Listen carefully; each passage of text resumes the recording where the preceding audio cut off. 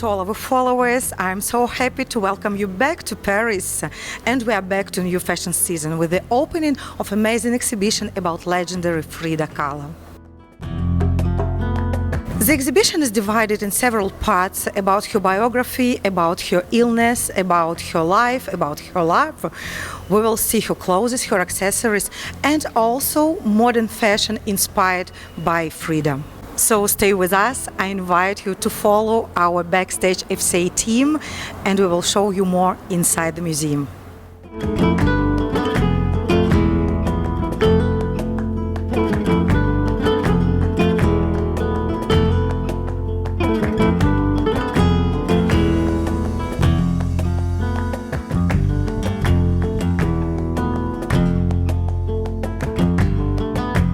My name is Miren Arzalluz. I'm director of Palais Galliera, the fashion museum of the city of Paris. We're now presenting this amazing exhibition called Frida Kahlo, Au-Delà des Apparences, Beyond Appearances. And I hope you will be able to come and visit us very soon because it's a beautiful exhibition.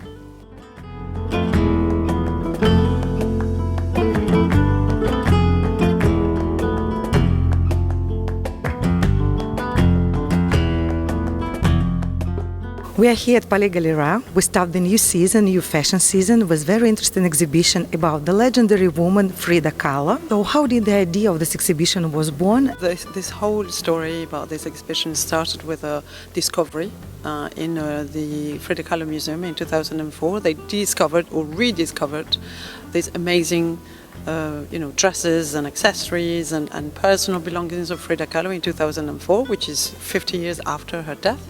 And so it is then that Circe Henestrosa, who is the curator of this exhibition, started this project, and which was first presented in the Frida Kahlo Museum in Mexico, and then started an international tour going to New York and San Francisco and now in Paris, which are the cities that Frida Kahlo visited and that were very important in her life for different reasons.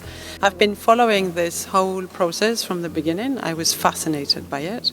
And when I arrived in Galliera in 2018, this is the year they did it in London, and I immediately wanted to, see if it was possible to organize it in Paris, and this is how I met Circe Henestrosa, and this is how we started working with the Frida Kahlo Museum in Mexico. So it's been almost 5 years already, 4 long years of course it was COVID in between, so it has taken us a little bit longer than we would have wanted to, but here we are.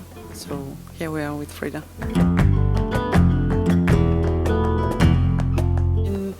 Already when she was little, since she was a child, she used to pose for her father, who was a photographer, Guillermo Kahlo. So she very early on in her life knew how to pose and had a very natural relationship with the camera. But it was after the accident, because she wanted to be a doctor, she wanted to study medicine, but at the age of 18 she had this terrible accident that almost killed her, and she spent long months in her bed. And this is when her mother installed a mirror in her canopy so she could start painting, and she was most of the time the subject of her painting because she could see herself in the mirror, and that's why there's so many self-portraits by Frida Kahlo, because she spent a lot of time with herself on her own in her bed.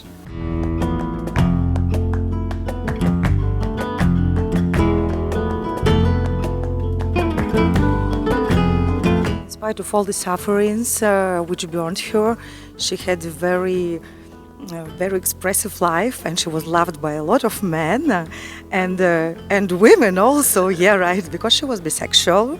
So she had a lot of romance, even with some Russian revolutionists, as I know. And she divorced 2 times from her husband. So how you can explain this phenomenon? Well, she was just a very free woman. She didn't let her disability, run her life. She surmounted suffering and deception and a lot of things that happened to her in her short life, because she died very young.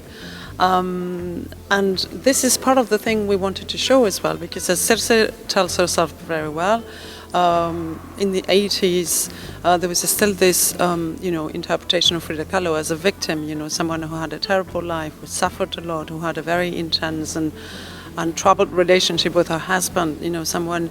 But we want to show that this is only part of the story. Of course, she had a lot of suffering, but she was a very, it was a very full life, and she was a very free woman, and she did, she painted, and she had, amazing relationships with artists, with friends. The questions that she addresses already in the 1920s, 30s, which resonate today with contemporary debates about gender, about disability and fashion, with cultural identity, with politics, because she was a militant communist. There's many issues that she touches on. She was so ahead of her time that everything that she tried to express is relevant today and touches a lot of people who feel very identified with her and who find her very inspiring today.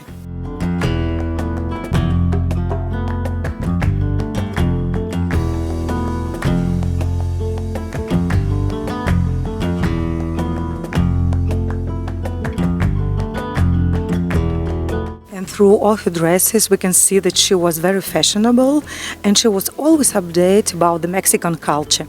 Yeah, but she had a very, very strong and unique sense of style.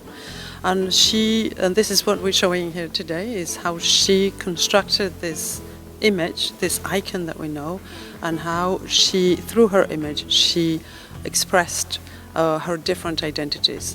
So she adopted, at one point in her life, she decided to adopt one of the Mexican traditional costumes, to reaffirm her cultural identity.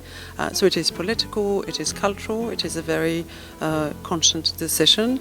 She also identifies with a particular dress from a particular region in Mexico, it is a matriarchal society where women have a very, very strong role in society. So there's also a feminist message in her decision to adopt this dress. So it's a combination. Then she mixes things. For example, when she was in San Francisco, she was fascinated by Chinatown, and she bought some Chinese embroidered skirts that she very naturally mixes with her own Mexican heritage. So she has, and then her headdress, which is legendary, and all her makeup, which we see here. She really took care of herself. She painted her nails. She made up. She was very conscious of what she was doing, and so it's a very particular style and unique to her, which has become also a fashion icon. Because as we see here, she has inspired and continues to inspire, contemporary fashion design as well.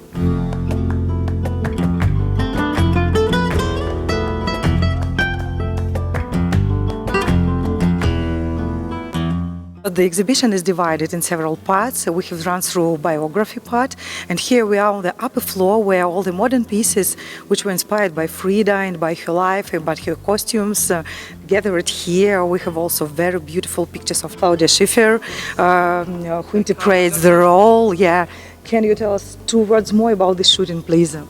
Well, it's just, there's a lot more, but we have a selection of pieces by different contemporary designers who have found inspiration or have been inspired in more or less literal ways, more conceptual ways, by Frida Kahlo and what she represents, really. Because sometimes we can see, flowers and the colors and the motives that we identify with Frida in the first sight, but then there's all the more, all the messages that connect with her corsets, the way she showed them, the way she made corsets become a work of art very often.